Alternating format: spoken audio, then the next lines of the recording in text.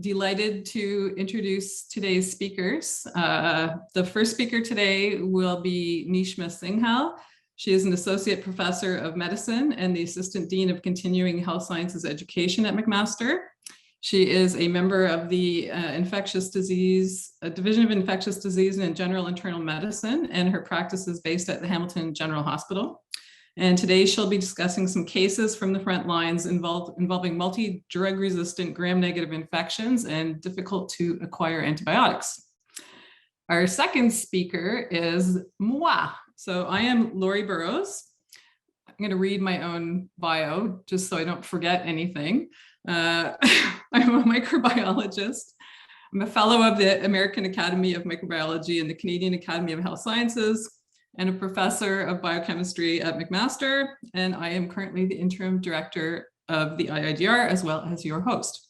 So today I'm going to be discussing a recent policy project that we've been working on where we are trying to encourage the government to help us bring new antibiotics into Canada for reasons that you will see, because our situation right now is pretty dismal.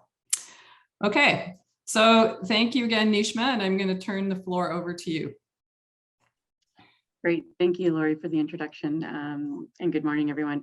So I'm just going to talk a little bit about multi-drug resistant gram-negatives, because it's been an increasing challenge that I think we've all witnessed, especially at the Hamilton General for sure, over the past year, and to sort of preface some of the points that Lori was going to be talking about, to give some examples in the clinical realm in terms of the challenges that we've been facing.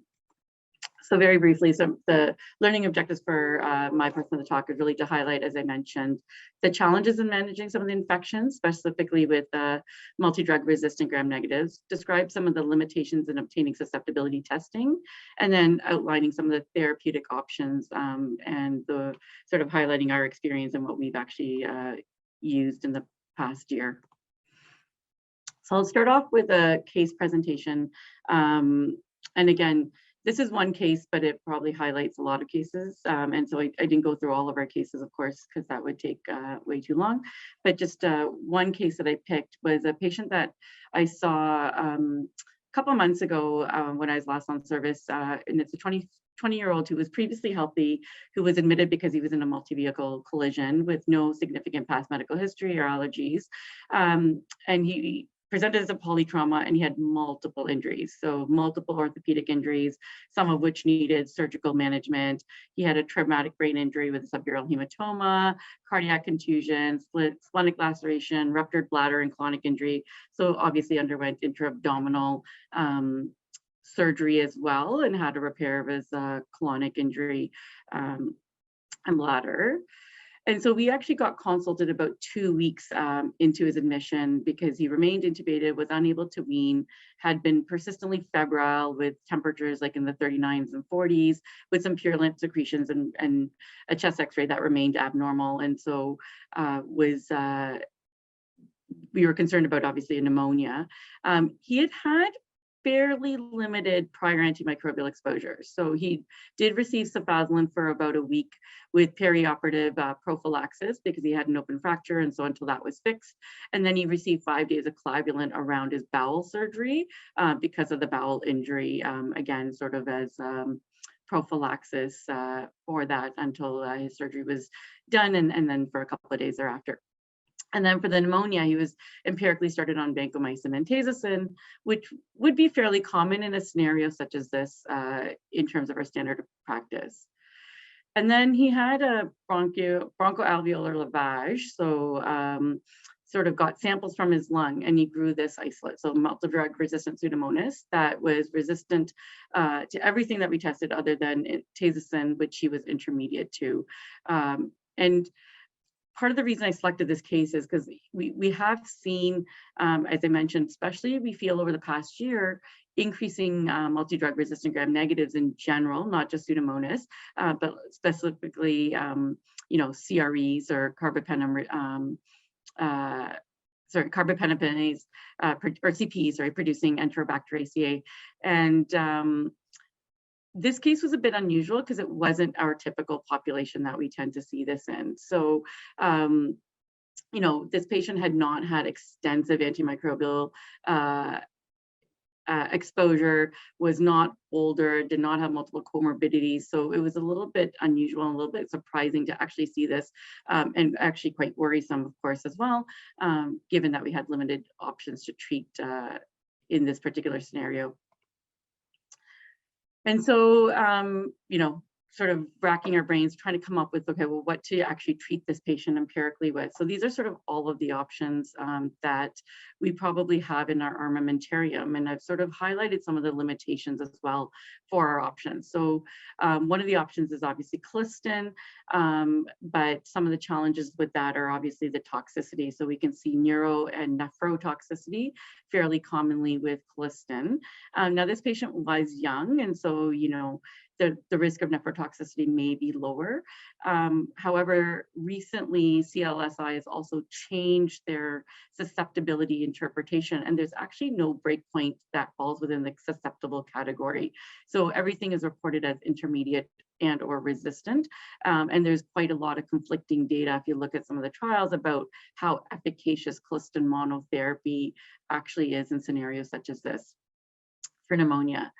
So looking at other options, so IV phosphomycin was another option for us. There is increasing resistance, and there can be intrinsic phos-A gene in Pseudomonas, so that is one of the concerns potentially. There is limited trial data on a lot of the actual studies that have used phosphomycin, have used it in combination. So they've compared it when they've used it in combination rather than as monotherapy, although certainly people have been using ibuphosphomycin in Canada increasingly, given that it's one of the drugs that we have available to us. And then there's two other drugs, ceftolozane tazobactam and ceftazidime avibactam, that we have used at the Hamilton General over the last couple of years. Ceftolozane tazobactam is now actually on our Hamilton Health Sciences formulary. It is approved in Canada, but it's been on back order for over a year. So we've not been able to obtain it at all. And so when that went on back order, we were able to obtain ceftazidime avibactam for a short period of time. And then we used our last sort of stock of it that we had, left in the hospital, I believe in July on a patient. We had a couple of patients actually, and we had to sort of select which patient we wanted to use it on. And since then, I don't believe that we've had any options. And then imipenem and relebactam was another option. Again, it's not Health Canada approved, but that was another option that we sort of explored. And then meropenem vaboribactam, another newer carbapenemase inhibitor or beta-lactamase inhibitor. We at the Hamilton General did try and get it for a patient several months ago and have not been able to secure it to date. The other limitation is that it's only approved for UTIs or urinary tract infections. And I'll go into a little bit more about sort of why it's been challenging to obtain. And then the last drug was cefiderocol. And one of the challenges of cefiderocol is that it actually has a black box warning with increased mortality. And based on one of the trials that it was actually compared against carbapenems. And it's also therefore been challenging to obtain because it's not approved in Canada. And so again, based on the Hamilton General experience, we did have one patient that I'm aware of that we were able to obtain it for. However, it took several weeks and it was in a less emergent but more chronic infection situation that we used it in. And so it's also, again, based on recommendations from things like the Infectious Disease Society of America, they probably think it's fine for urinary tract infections, but that black box warning makes it very difficult for the pharmacy or the pharmaceutical in the company to release it to us. And so it requires multiple stages of approval. And so based on all of those options, we decided to treat this patient empirically with IV phosphomycin and IV Clistin while trying to get additional susceptibilities. And we also applied simultaneously for special access for imipenem and relebactam, because I mentioned that was another option. But again, because it's not approved, we actually have to get approval before we can administer it, at least at the time that was the case. And so just talking a little bit more about susceptibility testing. So one of the challenges is that most of these new drugs and most of the drugs that we have as backup we don't do susceptibility testing on site. And so the only ones that we can use is a monobactam called a Trionam that is also a special access drug, but we can get the susceptibility on site. It has gram-negative coverage, including Pseudomonas, and then tigecycline, which doesn't have activity for Pseudomonas, so it wouldn't be relevant for this particular case, but would be for other CPEs or resistant gram-negatives. And so usually the turnaround time after you've requested it is usually about 2 to 3 days. It can depend on whether the sample's been frozen and how, and if they have to regrow the isolate. So that one's sort of a bit quicker, but again, a lot of the challenges here are that by the time we're requesting it's after our other susceptibilities have come back. And so usually we're in total from when the sample's taken, we're still talking 5 to 6 days.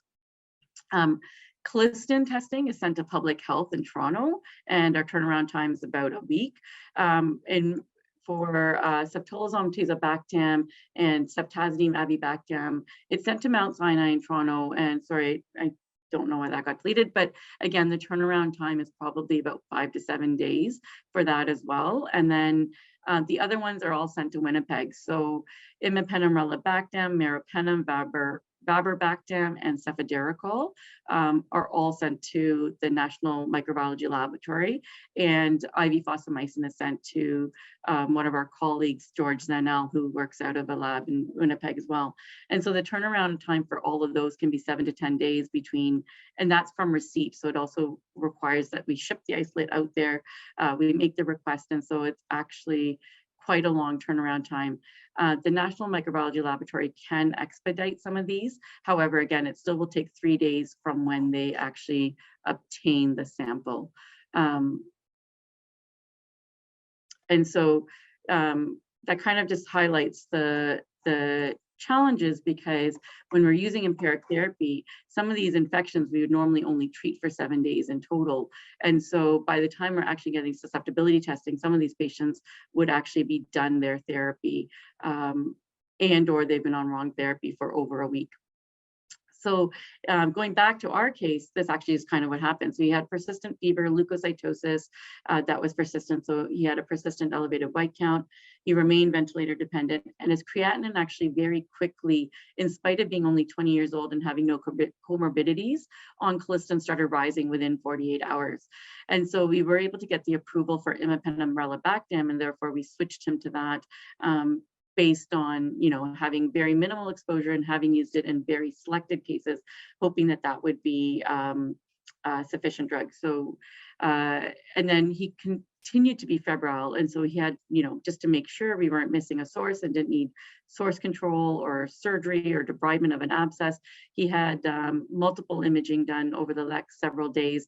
And he was found to have a small subsegmental pulmonary embolus, but had persistent consolidations on the chest CT, but his abdominal imaging, in spite of all the injuries that he had, did not show any infectious source. So no abscesses. All he had was ascites, which was tapped and had cultures negative. He had a pleural effusion, which was tapped. And again, the cultures are negative. So really nothing other than the pneumonia that we could actually identify. And then we got our susceptibility results. And again, this was over a week after the sample was taken, probably about a week after we made the request, which was immediately on the day of the consultation. And so his IV fosfomycin MIC was 128, and that's depending on your guidelines that you look at, whether you look at the European or the CLSI, that's really probably intermediate or actually resistant. And so they do have different cutoffs, so that wasn't necessarily felt to be particularly good for monotherapy.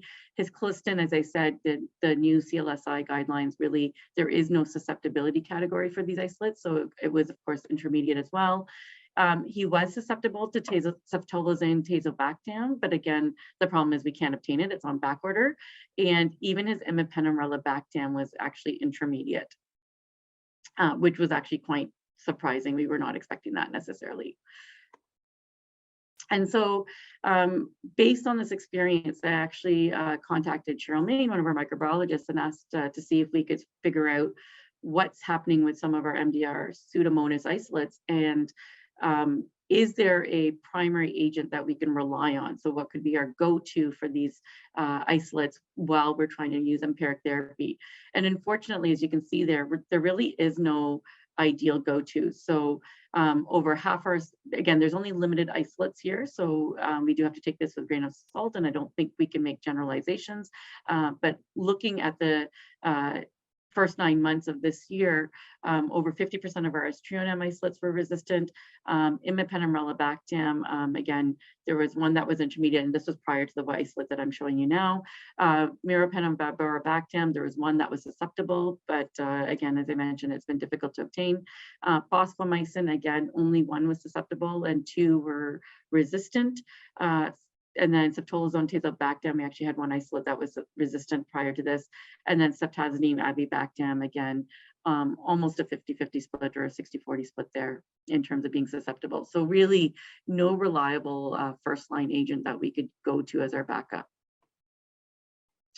And so just going back to our case, so we ended up actually going back to tazocin since that was also intermediate. We figured we might as well use that. And of course, we used the high dose extended infusion for that.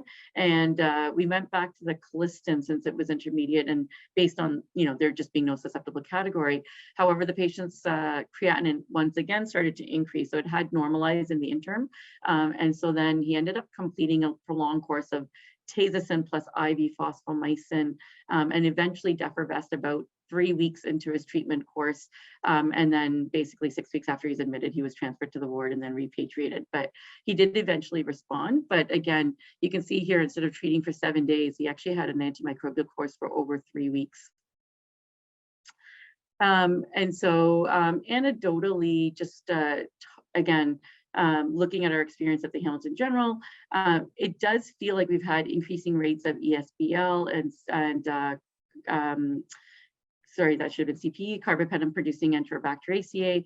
And part of this has sort of been felt that it might be because of COVID and because of a new treatment modality that we're using called ECMO, where it's basically equivalent to a heart-lung bypass, where they take your blood and they oxygenate it completely out of your body, or predominantly out of your body. And the patients who ended up on ECMOs, most of them are COVID patients in the past year, they end up having very prolonged admissions. They're immunocompromised because of the treatments that they get with tocilizumab and high-dose steroids for their COVID.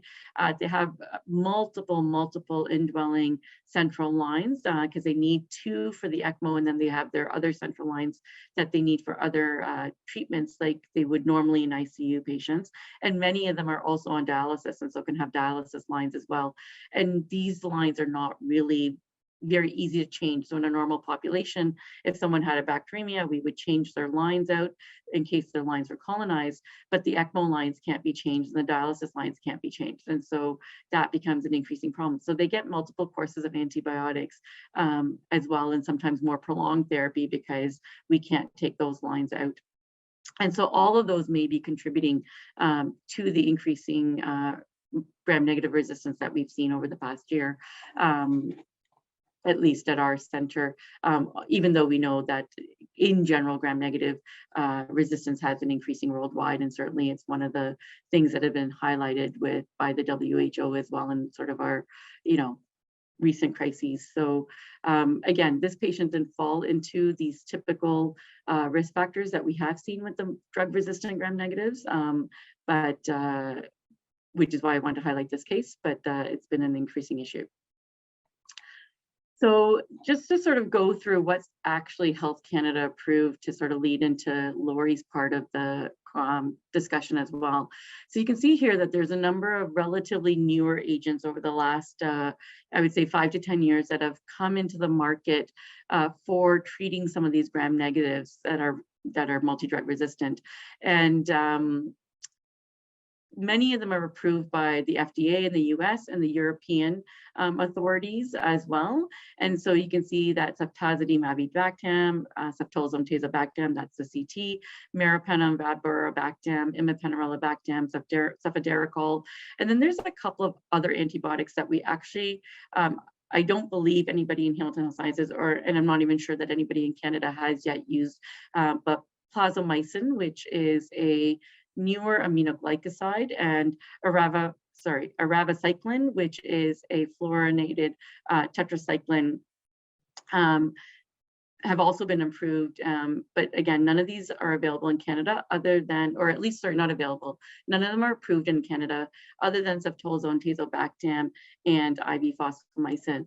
And the challenge to that is that it often can take several steps then to obtain these drugs. So when we're trying to treat these patients who may be in septic shock or have a serious infection, they're not sort of available at our fingertips. And so generally we have to sort of apply for special access through Health Canada for these drugs. I will say that over the last few years, that the process has been simplified, and also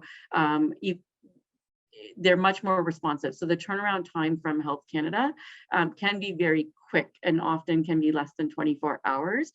They now have like 24-hour emergency numbers that you can call, whereas in the past experience, this could actually take several days. And so it wasn't necessarily useful in these septic patients. And so we have been able to obtain a number of drugs, specifically imipenem/ravacyclin, ceftazidime/avibactam, through this process. As I mentioned, we have gotten cefderichol, but one of the challenges is after you get SAP approval, you also need manufacturer approval. And so, as I mentioned for cefderichol, the manufacturer actually took several weeks to authorize the release and then figure out a process to actually get it to us. And so that can sometimes be the rate limiting step. When we tried to get meropenem/vaboribactam earlier this year, again, the company, because it was only approved for urinary tract infections and we wanted to use it for an unapproved indication, we really, it's been several months and we weren't able to obtain it. And so especially when you're sort of the first person requesting it in Canada, again, there can be quite a challenge and a delay. Once it's been approved in the past, it becomes a little bit easier as well. And so the first time we tried to get imipenem/ravacyclin, again, there was a delay, and I'd say that was in the spring or early summer. And then more recently, because we've had previous approval, it's been easier to obtain, and we sometimes have some leftover that we can actually start to use while we go through this process as well.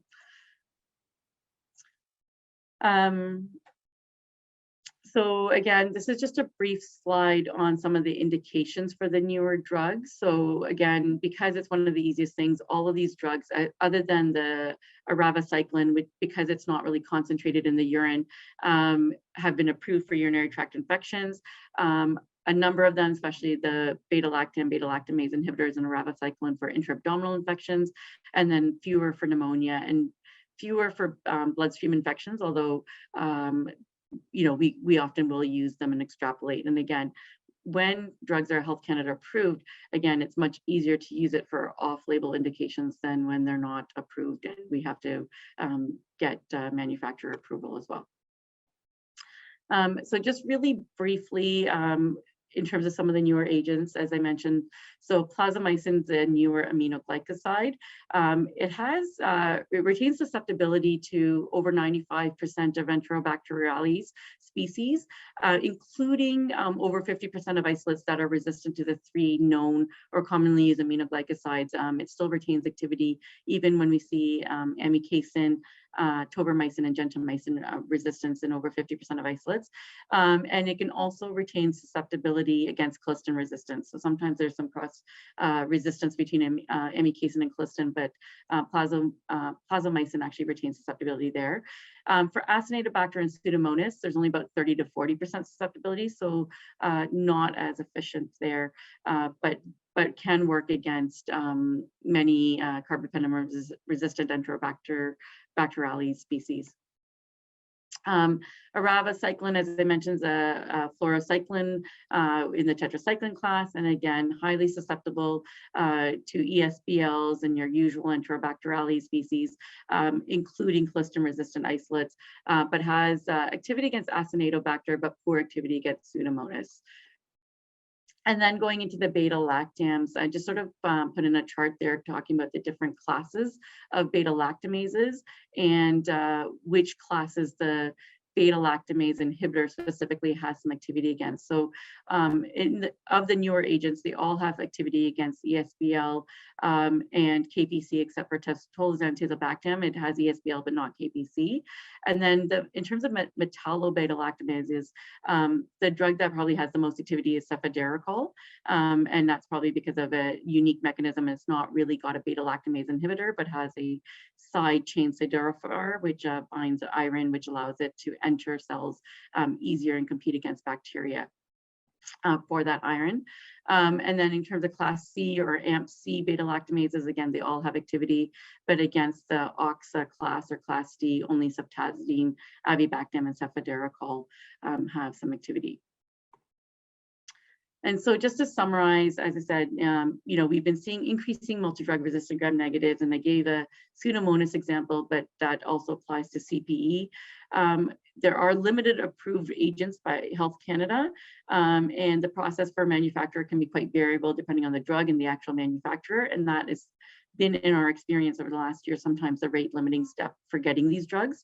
The challenges I mentioned, susceptibility has to be referred out, and there's long turnaround times.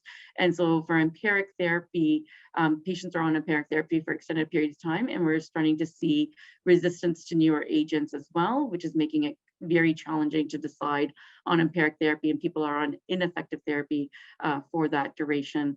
And as I mentioned, susceptibility patterns are now unpredictable. So I'm going to leave it at that and let Lori start. Great. Thank you, Nishma. All right. So thank you for that great segue and introduction into the scope of this problem. So today I'm going to talk about a project that we've been working on for the last year, which is we tongue-in-cheek originally called the MAC project. It stands for McMaster Antibiotic Access and Capacity, but the name has stuck.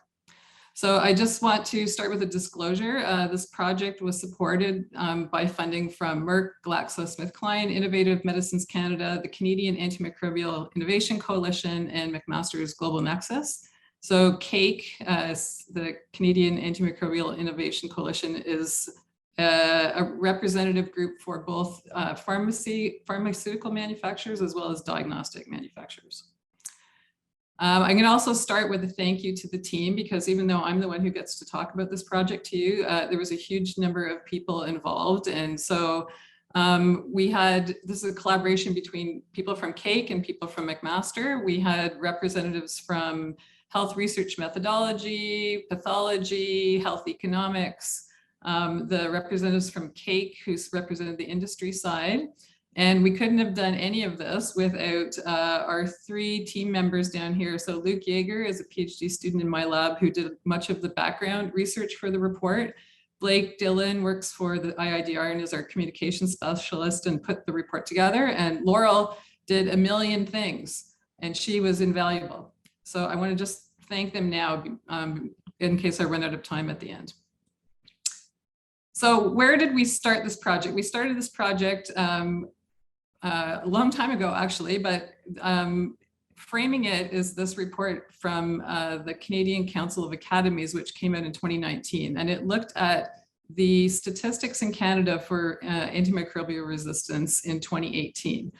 And what they saw was that in 2018, over a quarter of infections in Canada were already resistant to first-line antibiotics. And so Nishma told you, they're starting to see more and more resistance in the clinic, and this is only going to get worse because of COVID. So she mentioned some of the challenges in treating COVID patients and how that might lead to increased antimicrobial resistance. So secondary infections, secondary to being intubated or having all these lines in you for things like ECMO.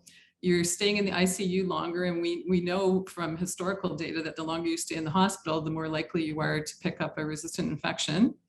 Infection prevention and control challenges, right? Everybody's like crazy busy trying to keep a patient with all those lines sterile is really difficult. And Nishma told you, some of those lines can't be swapped out when they get infected. And there's staffing shortages, right? There's higher demands on the healthcare system. People are off getting sick, they're burnt out, and more people, more patients are being cared for by fewer people. So that's, a recipe for disaster. It was just World Antimicrobial Awareness Week last week, and the CDC felt strongly about making this point that antibiotics don't work on COVID-19, because the other problem that we're having, of course, is that people who can get their hands on antibiotics and don't understand the danger of taking them when it's inappropriate are adding to this problem by taking antibiotics, trying to protect themselves from COVID. So in June this year, the G7 health ministers met, and as they have for the last several years, they have been reiterating to do something about AMR. So I just plucked some of these statements out of the report. It's quite a long report, which you're welcome to read if you have the time. But one of the things they said is they need to take bolder steps to mitigate, minimize, and contain the risk of AMR. And I think this is brought home to them by the COVID pandemic and how much damage it has caused to the world economy. So on that front, they also mentioned that it's important to overcome the economic barriers to an endurable supply of antimicrobial products. And this was also echoed by the G7 finance ministers' declaration. So, it's not just the health ministers that are concerned about AMR, it's also the finance ministers, because we've seen, as I said, what a global pandemic can do to our economy. And finally, there is a need to value antimicrobials in a way that takes account of the positive impacts they bring to healthcare systems and the wider society. And this, I'm going to return to this theme later in my talk. So what has Canada been doing about AMR? So in 2015, the federal government published what they call the Federal Action Plan on Antimicrobial Resistance and Use in Canada. And this report has 4 pillars: prevention, surveillance, stewardship, and innovation. And I have been jokingly calling this the Federal Inaction Plan, because really what they have been doing has not been very apparent. So there has been progress, don't get me wrong, but it's been pretty slow, despite the efforts of the people in the community, the grassroots efforts to get this moving. So one of the things they did do is in 2017, the Public Health Agency of Canada published what they call the Pan-Canadian Framework on AMR. And this is a call to action. There are many action points in this report, but I pulled out these research and innovation points because I just want to show you that there is progress being made. So just so you don't have to read their little blurb, I sort of summarized it there. So support an AMR research network, add infrastructure for development, and fast track approval processes. So in light of the first point, support an AMR research network, they funded a project that was led by Jerry Wright and Andrew Morris from Mount Sinai in Toronto, that basically gathered together all the stakeholders in Canada who are interested in the problem of AMR from a One Health perspective. So this is everybody from farmers and producers of animals all the way up to healthcare providers, and tried to get everybody connected so that we can have a concerted approach to solving AMR related problems. So that's a good thing. And this, I'm giving you the website for the AMR network.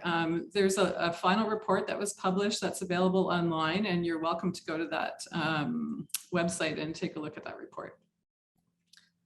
Also, one of the things they highlighted was the need for fast track approval processes. So, Nishma just mentioned to you how few antibiotics are available in Canada and how hard it is to get them through the special access program. It's not hard per se, but it just takes a long time. So why do we have so few antibiotics in Canada? It takes 10 to 15 years, and that's an optimistic timeline, and over $1 billion to get an antibiotic to patients. And pharmaceutical companies have recognized that even if you spend all this time and money developing an antibiotic, its utility can be limited by resistance, right? So the lifespan of an antibiotic is limited by inevitable resistance. So we tried to think about this problem. We realized, large pharma are not making antibiotics anymore, right? So this is a graph from Kevin Otterson, who is the head of Carbex, which is a preclinical incubator to develop antibiotics.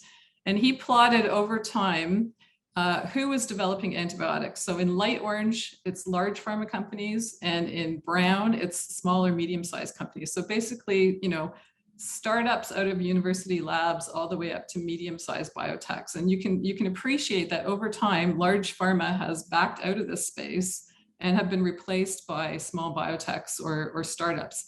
And you know, that's great that somebody's stepping in to keep doing this development, but those smaller entities don't have the resiliency if anything goes wrong. You know, they often only have a single product, they have a small team, they have limited resources to develop their drug.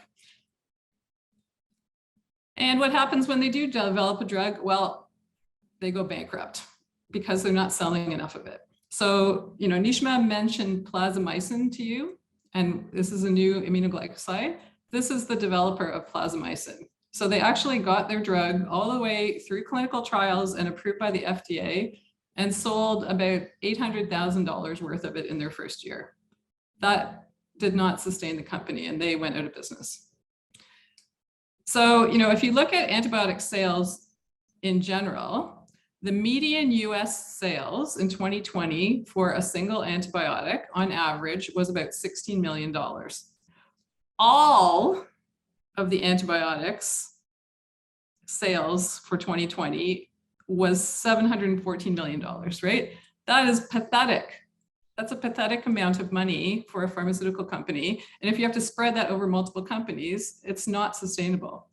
So because of that, 7 out of 18 companies that develop new drugs have gone bankrupt or been in economic distress. And, you know, just to make the other point about this, these are US sales, and those represent 80% of all the antibiotic sales in the world, right? So the US is the major market because they can charge an enormous amount of money, but even then they're not making any money. So, you know, in comparison, Canada is considered a very small market. And because of Canada's very small market, companies are not bringing antibiotics to Canada. So this is a figure from Kevin Otterson, again from Carbex, with on the left side a list of new antibiotics that have been FDA approved, right? So the newest one, cefadorocol, is at the top, and that's the one Nishma mentioned is really hard to get because you also need manufacturer's approval, all the way down to ceftaroline. And ceftaroline was originally approved by the FDA in 2010, all the way up to cefadorocol in 2019. So the coloring scheme is a representation of the time between the approval of the drug by the FDA and its commercial launch in these different countries. So the US, you can see, launched 17 out of 18 of these drugs. Canada is dead last. They launched a grand total of 2, and after many, many, many years. So we are really lagging behind. So how do we fix this problem? How do we bring new antibiotics to Canada? That is what prompted us to take this project on. So the two components of this project are access, and you know, sometimes that is used to mean market access, but in my case, I am referring to access, meaning the patient's access to the drug. So, you know, Nishma told you about her 20-year-old patient who had this nasty Pseudomonas infection. How do we get the right drugs to that patient at the right time, right? Without all these crazy delays that are, you know, that are accompanied when you have to go through SAP to get the drug, you need special diagnostics and so forth. And capacity, meaning let's get the drugs into the country and get them approved by Health Canada, because then you don't need to go through the special access program. Capacity also means, how do we make sure there's enough of those drugs, right? So she told you that things that are approved in Canada, right? So ceftazolin tazobactam is approved in Canada, but it's on back order. And Avicaz is 6 months back ordered, right? So how do you get enough of these drugs available so that when you need them and you have approval, you can actually get your hands on them? So the goals of this project were to try to understand the barriers that are present in new access and new antibiotic access in Canada. Sorry, not enough coffee yet. And to consider ways to enable better access and to propose solutions and an implementation plan to the Public Health Agency of Canada and Health Canada. So what can they do to fix this? So I'm showing you this timeline again, just to make the point that, making a drug is a very long process. And, what I do is focus on this end of the spectrum, right? The discovery of the drug or the discovery of the lead. But then there's a long, long way before it actually gets into the patient, right? So we wanted to focus on, okay, we have all of these FDA approved drugs. So somebody has already done the first 3 steps here and got the drug approved by the FDA. So how do we streamline the rest of this process? So what do we do about this end of the spectrum in Canada? Because this is where we're lagging. So this is just a snapshot that we made of what happens now when you try to get an antibiotic in Canada, a new antibiotic. And Nishma did a really good job of sort of walking you through what happens, right? So we already know that I said 26% of first-line antibiotics fail, right? So then you got to take another sample.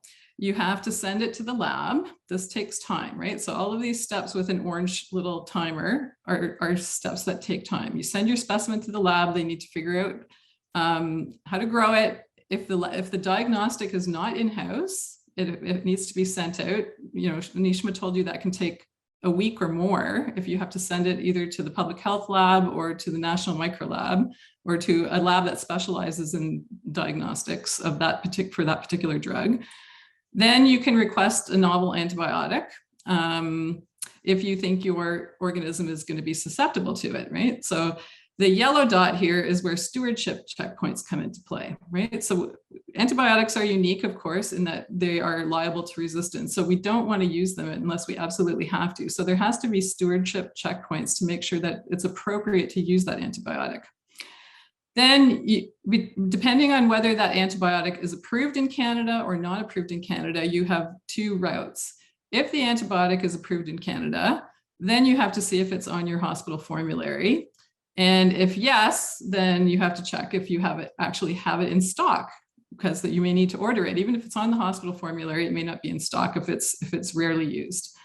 If it's not on the hospital formulary, then you have to figure out if it's in stock somewhere else, maybe a neighboring hospital. I've heard that this happens.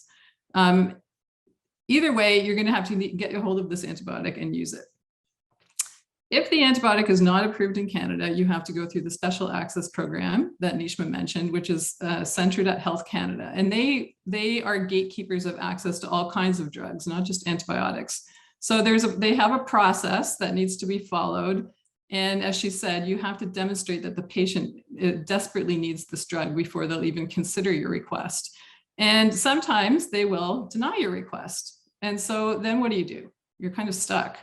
Even if they grant access to your request, then you still have to get a hold of the drug. So all of these steps take time and require stewardship. So, there are ways to potentially streamline this to make it shorter. So when we were developing our models of how we thought, how could we do this better? So one of the things we looked at was access models for other types of drugs in Canada, drugs that you need quickly to save someone's life. So the three associations or model organizations that we considered are listed on the slide here. So the first is the Canadian Association of Poison Control Centers. So this is a model where they keep on hand things like antivenom, right? Or antitoxins that you need when someone is poisoned. And they're spread across the country and they have a central regulatory body. So you can imagine how that might be applied to antibiotics. We have an example for a different kind of antimicrobial, which is the Canadian Malaria Network. So they only deal with 2 very specific drugs that are important for malaria.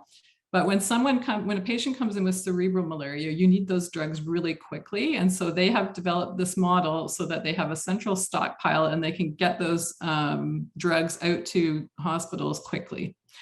Lastly, we considered Canadian Blood Services. So Canadian Blood Services is a pan-Canadian entity, right? So spans across the country, but it is neither federal nor provincial. It sits in between the federal and provincial governments. It manages its own pipeline of drugs and products, right? So it sells, in addition to blood products, hemophilia products, for example, and it leverages existing infrastructure, right? So its distribution network is hospital-based.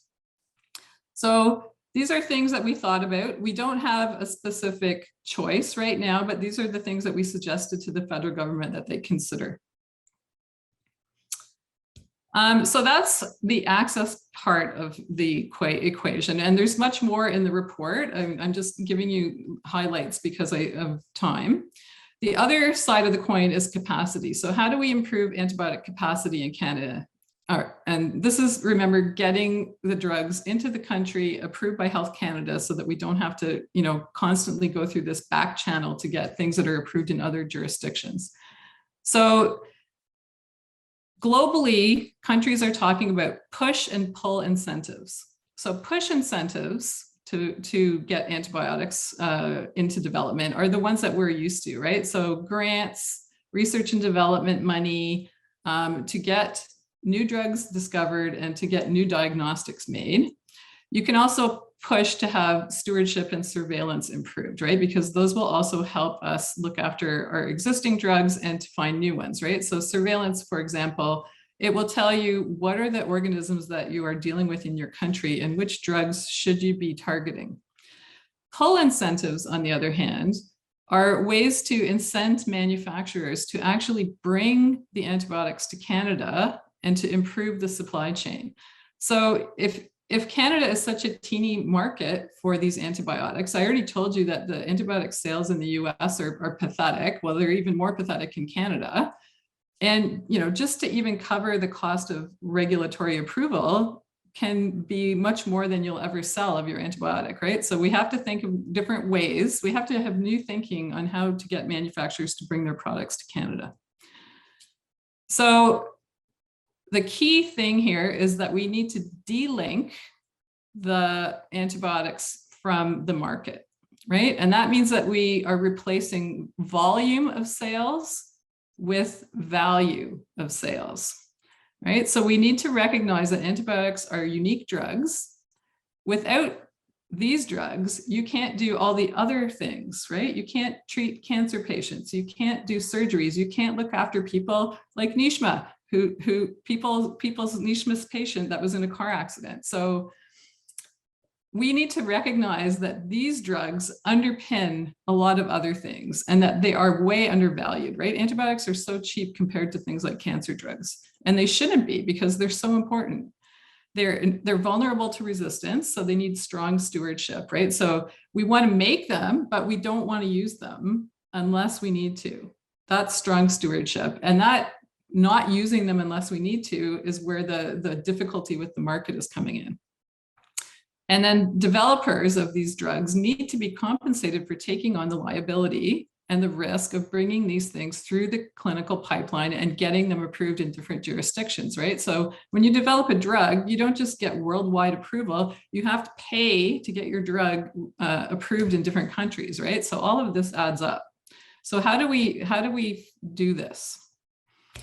We have to think about antibiotics in a new way. So this slide came from John Rex, who is a clinician in Texas and a very prominent advocate of delinking antibiotics from the market. So his mantra is that antibiotics are the fire extinguishers of medicine. And I love this analogy because we all want to have a fire extinguisher, but we never want to have to use it. So that's how we need to think about antibiotics. And so we have to work with health economists to define the value of an antibiotic. And the acronym that is being used now is STEADY, which stands for Spectrum, Transmission, Enablement, Diversity, and Insurance. And you can read what's on the slide. I don't have to do it for you. But the idea is let's think about how important antibiotics are and come up with a better value for them than we currently have. Because without them, we can't do all these other things that we take for granted. So one of the things we looked at in this project, in order to make recommendations to the Canadian government, is what are other countries doing for pull incentives? And, we've been talking about this for the last few years, and countries have different ideas about how to do this. And so you can see from the launch year that a lot of these projects are relatively new. So I'm just going to walk you quickly through some of the ideas that people have. The first, the PHAS pilot study is in Sweden. And what they have decided to do is to guarantee a minimum revenue to drug manufacturers for a guaranteed supply of a particular antibiotic. So they'll tell the manufacturer, if you give us X number of doses, we will hold them in the country. And in return, we will guarantee a specific amount of revenue for you. And should we exceed that, then you can make gravy on top of the guaranteed minimum revenue. But that gives the manufacturer some confidence that at least they're going to have some revenue instead of, worrying about going bankrupt. The UK has an interesting model. So they have actually sat down and tried to do this, this value assessment on antibiotics. And they have come to the conclusion that a single antibiotic should be worth 10 million pounds over 10 years. And the idea is that it's not just the value of the antibiotic immediately, but also money to incent manufacturers to continue to develop antibiotics in the future. So they have chosen 2 antibiotics to pilot in this model. And what they're doing is charging hospitals an annual subscription fee to have access to these novel antibiotics. And so they call this the Netflix model. So the idea is that they will hold these novel drugs, and if a hospital has a subscription, if they need to use them, they can pull from that. And by spreading the subscription fees over the country, it makes the overall cost lower to each hospital.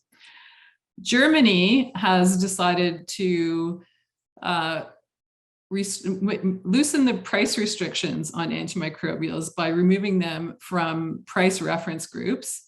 And a similar idea is happening in France, where they're making the guaranteed price not lower than other countries.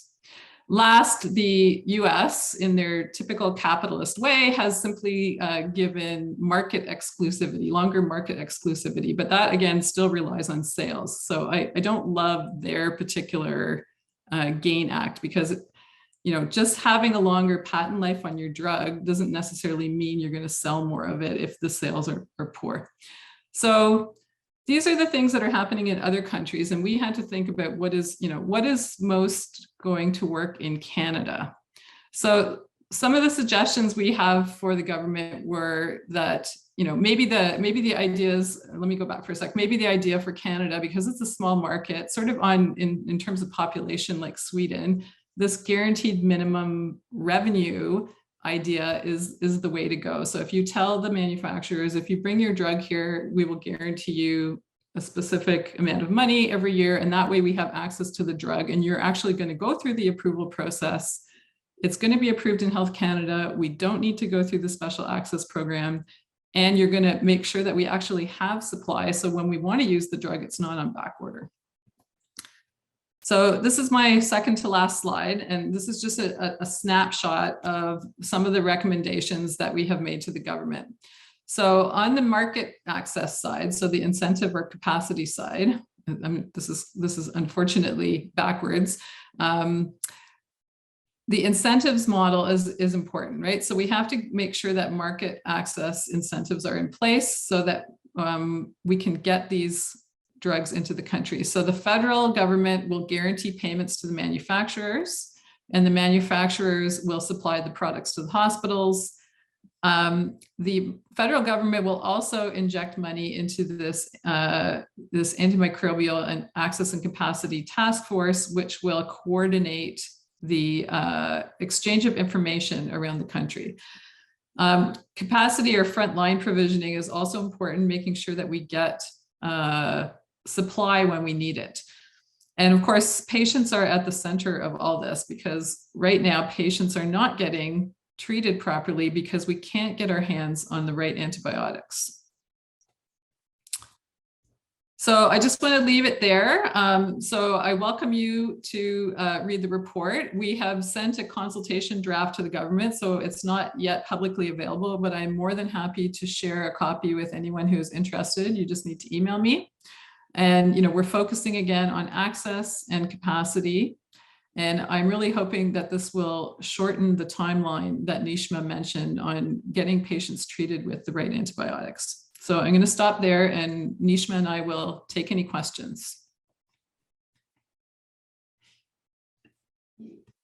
In the meantime, I might just make a comment on Martha's comment that she put in the chat. Sure. I don't know if I can see it, but so I think Martha just made a comment during my presentation, I think, just saying that this is also a reflection of poor infection control, and just to comment that, yeah, when we actually had this case and with some of the increasing gram negatives that we were seeing, we actually started in a whole email trail with infection control and Dominic Mertz and stuff, because it was definitely a concern, especially in this particular scenario where it wasn't sort of sequential increasing drug resistance that we see because of the exposure. So clearly this individual must have pick this up from somewhere, or at least that was the concern.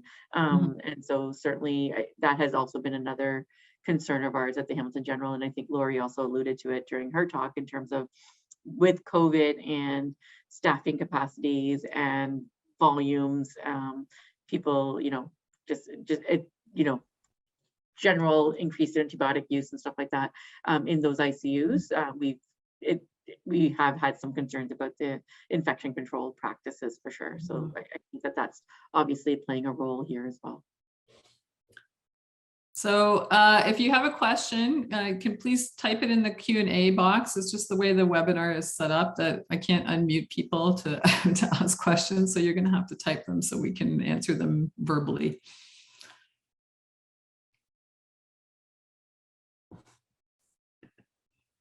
All right, question for Nishma from Dr. Eric Brown. He said, I couldn't help but feel frustrated by the access to antibiotics solution. How difficult is this for an ID clinician? I mean, it's obviously a huge challenge when you have a patient in front of you and you can't get the drug that you really, really want. As I said, I think there's definitely been an improvement in the special access program over the years in terms of getting that Health Canada approval. So, you know, for instance, after, as I said, we used imipenem relebactam for the first time in the spring, I do recall, I think it took several days and it took a little while to even figure out where we could get the testing done because it was the first time we were sending it out.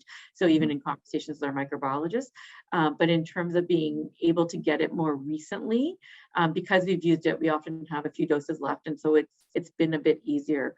The issue with the back order is super challenging though, and that's not a back order just in Canada.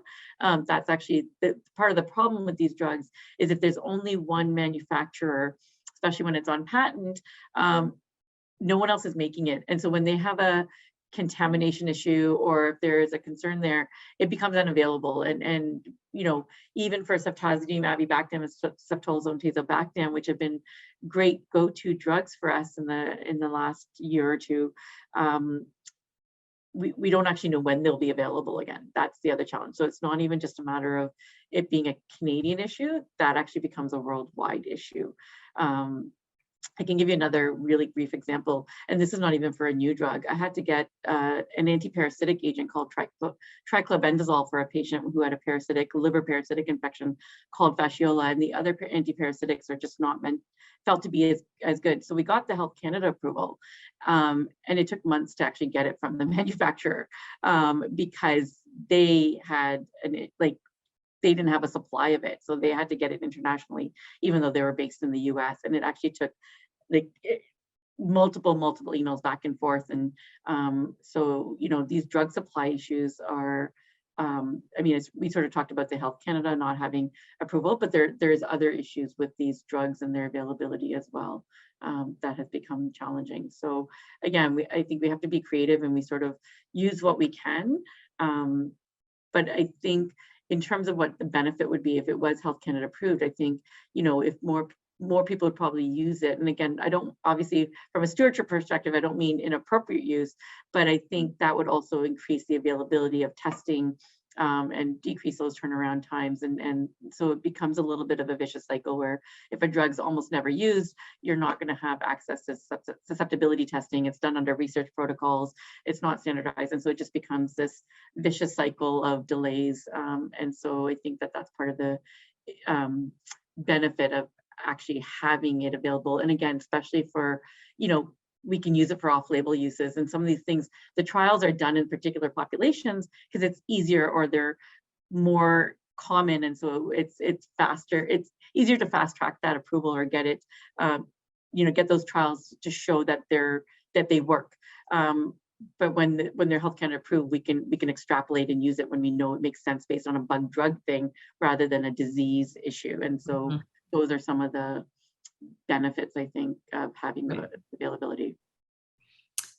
Okay, thank you. There's a question from Rochelle Johnstone, which I think is for me. The model for access you suggest takes an assumption that all drug development will be done by private for-profit companies. Is there any move to challenge that to initiate a public development model?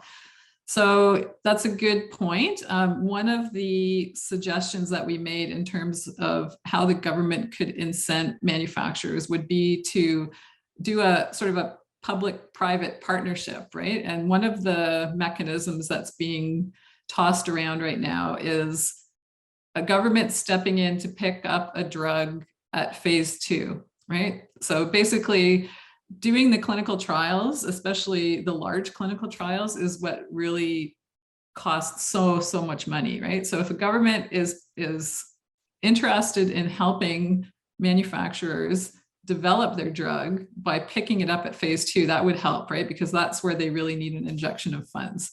And that way, if the government helps at phase 2 or picks up the drug at phase 2, they would then have an ownership stake in the drug, right? So our government's already buying pipelines. Why not life-saving antibiotics? I think that's a great idea.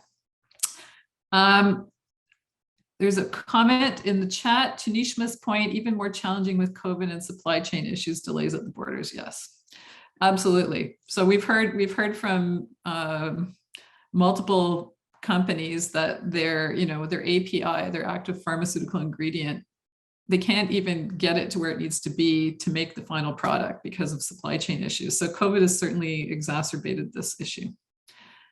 All right. I think we're out of time. So thank you again, Nishma, and thank you to our audience for joining us today. I hope you found that an interesting and thought-provoking talk, and I will see you in the new year.